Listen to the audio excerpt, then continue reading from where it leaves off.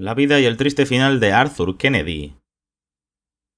Arthur Kennedy, uno de los principales actores de personajes en el cine estadounidense desde finales de la década de 1940 hasta principios de 1960, alcanzó la fama con el papel de Biff en la producción histórica de Elia Kazan de la obra ganadora del premio Pulitzer de Arthur Miller, Death of a Salesman.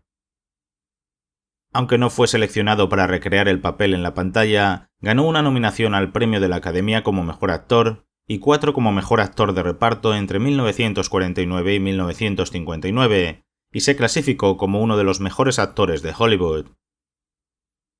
Nacido como John Arthur Kennedy, hijo de un dentista y su esposa, el 17 de febrero de 1914 en Worcester, Massachusetts. De joven, conocido como Johnny entre sus amigos, estudió teatro en la Carnegie Institute of Technology. Cuando tenía 20 años estaba involucrado en grupos teatrales locales. El primer concierto profesional de Kennedy fue con Globe Theatre Company, que realizó una gira por el Medio Oeste ofreciendo versiones abreviadas de obras de Shakespeare.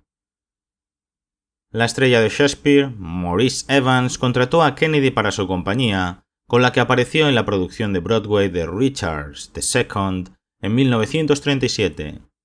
Mientras actuaba en la compañía de repertorio de Evans, Kennedy también trabajó en el proyecto Federal Theatre.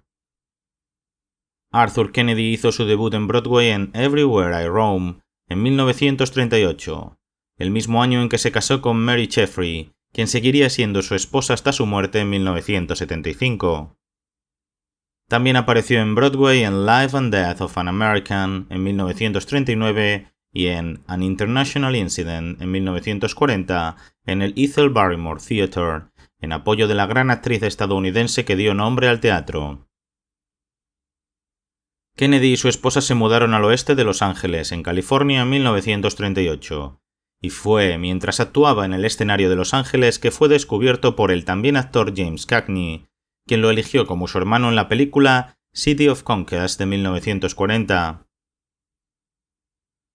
El papel trajo consigo un contrato con Warner Bros., y el estudio lo puso en papeles secundarios en algunas películas prestigiosas, incluyendo High Sierra de 1941, la película que convirtió a Humphrey Bogart en una estrella. También murieron con las botas puestas, con Errol Flynn, y en Air Force con Howard Hawks en 1943, junto al futuro ganador del Oscar al mejor actor de reparto Gig Young y el gran John Garfield. Su carrera fue interrumpida por el servicio militar en la Segunda Guerra Mundial. Después de la guerra, Kennedy volvió a los escenarios de Broadway, donde ganó reputación como actor de teatro, apareciendo en la obra de teatro de Arthur Miller, ganadora del premio Tony en 1947, All My Sons, que fue dirigida por Kazan. Interpretó a John Proctor en la producción original de la reflexión de Miller sobre el macartismo, The Crucible, que Kazan, un informante que se postró ante las fuerzas del macartismo, se negó a dirigir, y también apareció en el último triunfo de Miller en Broadway, The Price. Cuando Kennedy volvió al trabajo cinematográfico, rápidamente se distinguió como uno de los mejores y más talentosos actores secundarios y protagonistas de personajes, apareciendo en películas tan importantes como Boomerang de 1947, Champion de 1949, por la que recibió su primera nominación a los Oscar como mejor actor de reparto, y The Glass Menagerie de 1950, interpretando a Tom en una mediocre adaptación de la obra clásica de Tennessee Williams.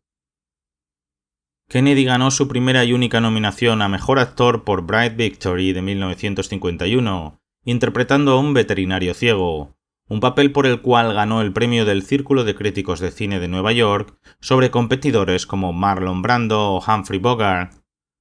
Otras películas incluyen Rancho Notorious de 1951, de Fritz Lang, Bend of the River de 1952, de Anthony Mann, The Desperate Hours de 1955 de William Wyler, Elmer Gantry de Richard Brooks de 1960, Lawrence de Arabia de 1962 de David Lean y Fort Cheyenne de John Ford de 1964.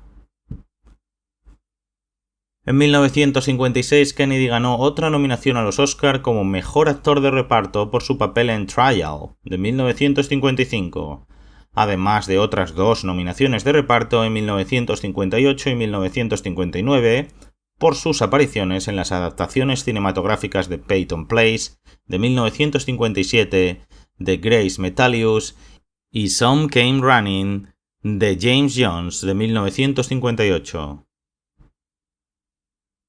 Kennedy regresó a Broadway con frecuencia en la década de 1950 y encabezó la obra de 1952 See the Jaguar, un fracaso mejor recordado por darle a un joven actor llamado James Dean uno de sus primeros papeles importantes.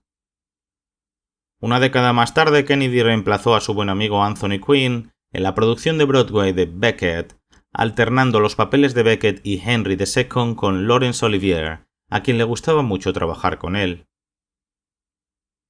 En la década de 1960, los prestigiosos papeles en películas se agotaron a medida que maduraba, pero continuó trabajando en películas y televisión hasta que se jubiló a mediados de la década de los 80.